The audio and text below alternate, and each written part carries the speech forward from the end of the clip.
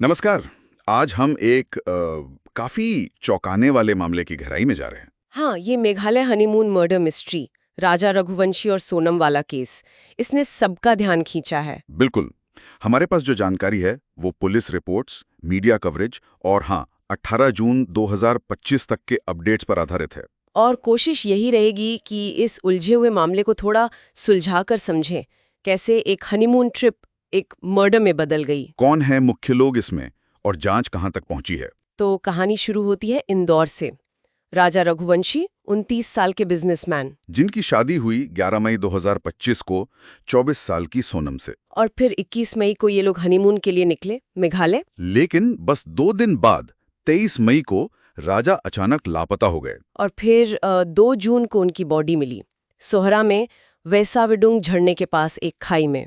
काफी गहरी खाई थी शायद। हाँ, और पुलिस को शुरू से ही शक था कि ये कोई हादसा नहीं है, मतलब ये एक प्लान्ड मर्डर था। और शक की सुई सबसे पहले किस पर गई? उनकी पत्नी सोनम पर।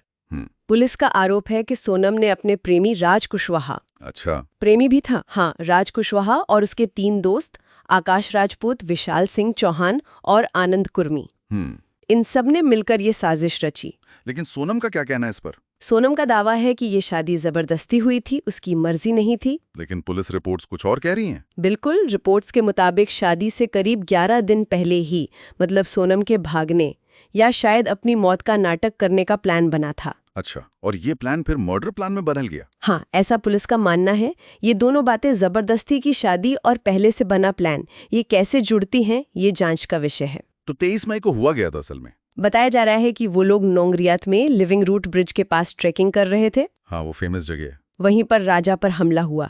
एक टूरिस्ट है देव सिंह, उनके वीडियो में सुबह राजा और सोनम साथ दिखे भी थे। उस वीडियो में कुछ खास? सोनम ने एक सफेद शर्ट पहनी थी और वो शर्ट बाद में क्राइम सीन के पास मिली भी है। ओह, और पुलिस के हिसाब से हमला कैसे हुआ? पुलिस का आरोप है कि ट्रेकिंग के दौरान सोनम थोड़ा पीछे रह गई और उसने चिल्लाकर इशारा किया, क्या इशारा? इसे मार डालो। अरे बाप रे। जिसके बाद विशाल, आनंद और फिर आकाश, तीनों ने चाकुओं से, मतलब वो जो बड़े मैचेटीज होते हैं, उनसे हमला किया। और फिर बॉडी को खाई में फेंक दिया? हाँ, और इतना ही नहीं, आरोप ये भी है कि सोनम ने राजा का फोन तोड़ दिया, सबूत मिटाने के लिए? बिल्कुल, और उसने जो बरसाती पहनी थी वो भी फेंक दी। उसके बाद सोनम कहाँ गई? वो एक लंबा सफर करके इंदौर पहुंची, गुवाहाटी, सिलीगुड़ी, पटना, आरा, लखनऊ होते हुए इंदौर, और 8 जून तक वहीं छिपी रही। ये तो काफी प्लानिंग लगती है। हाँ, बिल्कुल। मेघालय पुलिस ने एसआईटी बना दी है इसकी जांच के लिए, स्पेशल इन्वेस्टिगेशन टीम। पहले सोनम ने कुछ और कहानी बताई थी ना, अपहरण वगैरह की?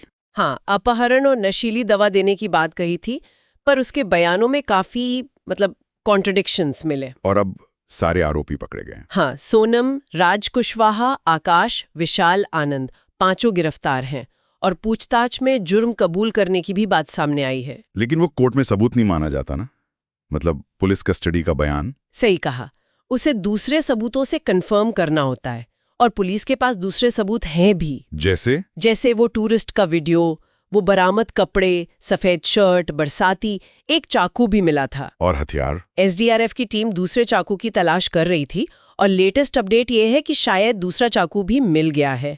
राजा का टूटा हुआ फोन अभी नहीं मिला है, वो अहम है। एक पैसों की भी बात थी, 20 लाख रुपए की सुपारी। हाँ, ये बात उड़ी थी, पर इसकी पुष्टि नहीं हुई है। अभी तक तो यही पता चला है कि राजा के पर्स से जो 15,000 रुपए मिले थे, बस वही तुरंत इस्तेमाल हुए। ये बात थोड़ी अजीब है कि साथी पैसों के लिए नहीं बल्कि वफादारी में साथ दे रहे थे। हाँ, ये एंगल थोड़ा चौंकाने वाला है। कहा जा रहा है कि राज कुशवाहा के प्रति वफादारी में उन्होंने ये किया। इसकी सच्चाई भी जांच में सामने आएगी। और लेटेस्ट क्या चल रहा है? कोई रिक्रिएशन वगैरह हुआ? हाँ, 17 जून को सोहरा में क्राइम सीन रिक्रिएशन हुआ। सभी आरोपी वहां थे। सोनम भी? हाँ, और सोनम ने माना कि वो मौके पर थी और पार्किंग से उसने इशारा किया था। बाप रे। और आज 18 जून को? आज पुलिस इंदौर में विशाल के उस फ्लैट पर पहुंची जहां सोनम छिपी थी। वहां से कुछ और कपड़े मिले हैं जो शायद हत्या के वक्त पहने थे। तो केस काफी आगे बढ़ चुका है। परिवार वालों का क्या कहना है? जाहिर है, राजा का परिवार सदमे में है, वो सख्त सजा चाहते हैं। दूसरी तरफ सोनम का परिवार कह रहा है कि पुलिस उसे फंसा रही है। हालांकि उसके भाई ने जांच में सहयोग की बात कही है ना? हाँ, ये बात भी है। तो स्थितियां काफी मिली-जुली हैं परिवार के पक्ष से। तो मतलब एक तरफ जबरदस्ती की शादी का दावा, दूसरी तरफ इतनी प्लानिंग से मर्डर, ये जुड़ता कैसे है? यही सबसे बड़ा सवाल है इस केस का। क्या ये सिर्फ एक लव ट्रायंगल और एक नाखुश शादी का मामला है, या फिर ये जो वफादारी वाली बात है, या कोई और एंगल है जो अभी सामने नहीं आया? सोनम के परिवार के आरोप अपनी जगह हैं और पुलिस की जांच अपनी जगह। सच शायद इन सब के बीच में कहीं है। तो संक्षेप में कहें तो एक नए शादीशुदा जोड़े का दुखद अंत, जिसमें जबरदस्ती की शादी का एंगल है, प्रेम प्रसंग है और एक भयानक अपराध है जो शायद वफादारी के नाम पर किया गया। बिल्कुल। और मुख्य बात यह है कि जांच बहुत तेजी से आगे बढ़ी है। क्राइम सीन रिक्रिएशन हुआ, अहम सबूत मिले, हथियार भी बरामद हुए। बस वो राजा का फोन मिलना बाकी है। हाँ, वो एक अहम कड़ी है जो अभी जुड़नी है। ये सोचने वाली बात है कि क्या वाकई सामाजिक दबाव या उलझे हुए रिश्ते लोगों को इस हद तक ले जा सकते हैं, या फिर कहानी में अभी और भी पड़ते हैं जिनका खुलना बाकी है। ये सवाल तो बना ही हुआ है।